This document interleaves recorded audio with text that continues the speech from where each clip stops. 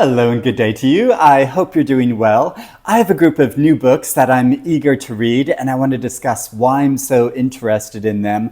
A lot of these books have been newly published in February, so hot off the press. Some of them publishers kindly sent me, and others I bought myself because I'm so keen on reading them. I'd love to hear if you have read any of these books and what you think of them, or if you're interested in reading any of them now, or do you have any new books that you're eager to get to? Let me know about that in the comments below.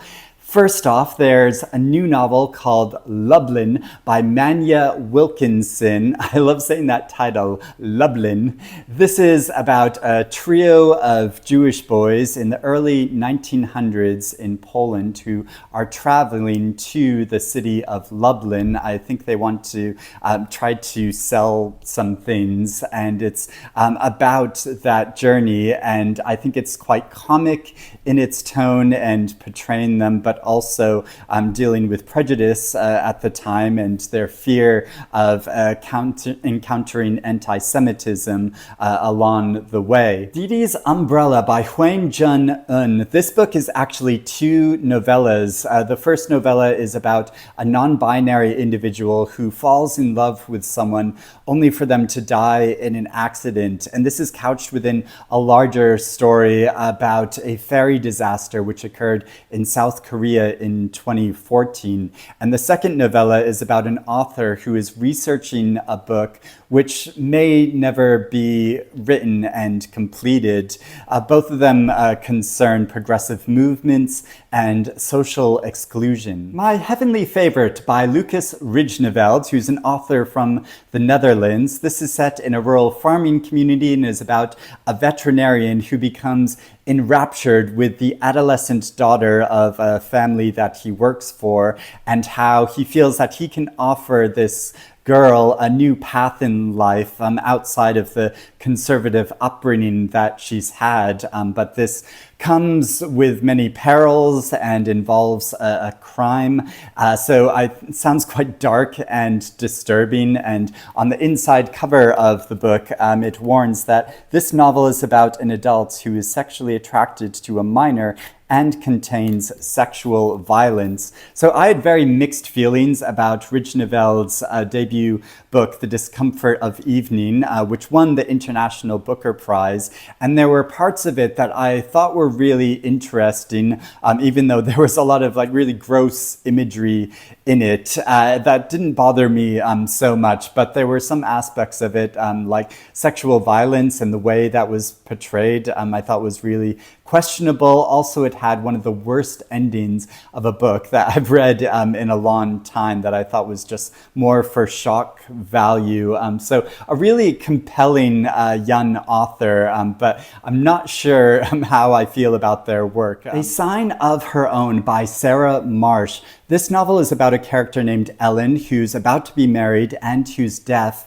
and they receive a visit from Alexander Graham Bell, who's trying to develop a method for deaf people to speak and to verbalize their thoughts rather than using sign language. And this conflicts with Ellen's own sense of developing a community of other deaf individuals through using sign language. The author is deaf herself and is drawing upon her own experiences and the pressure that she has felt to conform within speaking culture. So it sounds like a really meaningful story. Night Swimmers by Roisin Maguire. This is a novel set on the coast of Northern Ireland. It's about a woman named Grace who's lived in this same area ever since she experienced some trauma early on in her life. And she's a very solitary individual who goes on these night swims.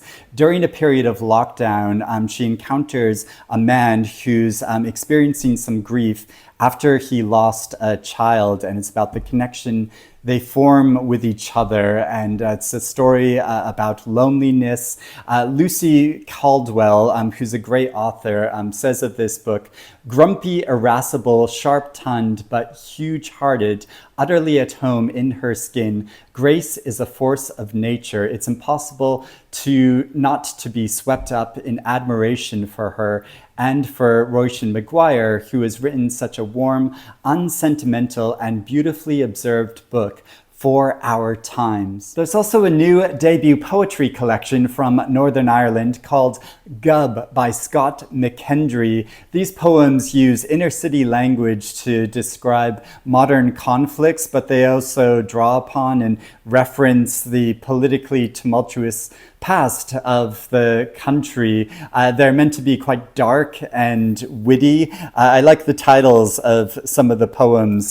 So there's Your Granda Ernie Burst My Ball, and All I Want's My Goose Back. And Louise Kennedy, who wrote the fantastic novel Trespasses, is a fan of this book and says, Gub is unlike anything I've ever read. Full demotic that is exhilarating, hilarious, and never forced, Scott McKendry makes magic of a Belfast that in other hands would make grim reading. I have a couple of new anthologies of fiction, which I always find really interesting to dip into and explore, to try like new voices in fiction and see if I want to read any more of their work. So there's a collection called Nothing Sacred, which is subtitled Outspoken Voices in Contemporary Fiction. And the idea of this is gathering together different fiction in a culture that's growing like increasingly sanitized in what's allowed to be published and what is allowed to be discussed in fiction. So there's some quite wild sounding stories in this,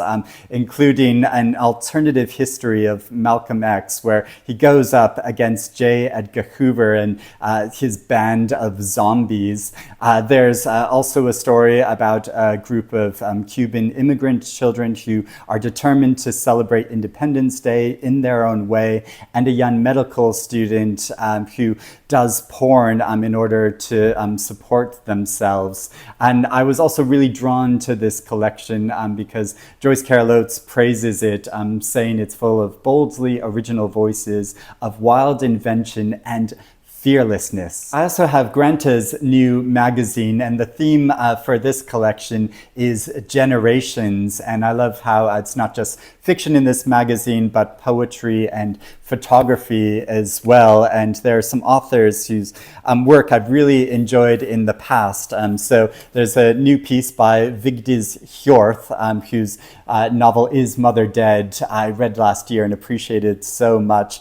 There's a piece called Repetition, and there's also a poem by Kay Patrick, who wrote the amazing novel Mrs. S. And they have a poem in this called David Attenborough, and they have a new poetry collection that's coming out soon. So yeah, this will be really interesting to read through and explore. The Jinn Waits 100 Years by Shubnam Khan. This novel is set in South Africa and involves a sprawling mansion which was once very decadent and beautiful, but which has become very run down. And it's about a new family that moves into this rundown mansion, and how the daughter of the family starts exploring some of the forgotten and locked rooms within this mansion, and finds in one room pieces left behind from 100 years ago of a girl who disappeared. And within this room is a jinn who's waiting and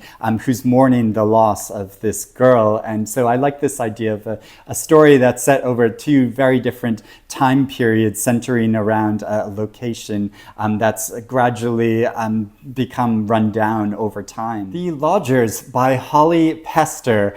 This is a proof of the novel, so this is what the finished copy looks like. And this is about a young woman who returns to her small English community to rent a flat which overlooks her mother's apartment, and she's observing her mother and contemplating the past. So it kind of reminded me a bit of Vigdis Hjorth's Is Mother Dead book, but this also deals with the modern housing crisis in England. Happiness Falls by Angie Kim. Again, this is a proof of the novel, so this is what the finished copy looks like. And I remember hearing about this book when some best books lists in America America. It came out at the end of last year, but it's just coming out in England now. And this story is about a family, the father of which and the anchor of the family, he disappears one day. So it's about their quest and the mystery of trying to track him down. And finally, I recently got a copy of the nonfiction book Strong Female Character by Fern Brady, who's a comedian but who's written this memoir about her experiences living with autism, but just also growing up in a Catholic family and trying to find her own way in the world, having a lot of really rough and difficult periods in her life, but it all has like a very comic tone to it, being a comedian. This recently won the nonfiction category in the new Nero Book Awards, and sounds really interesting. So those are all the new books that I acquired recently. Like I said, I'd like to know if you've read any of these, what you think about them, if you think I should prioritize reading any of them, or if you're interested in reading any of them now. Please let me know about that. But hope you're doing well and reading good things. I'll speak to you again soon. Bye-bye.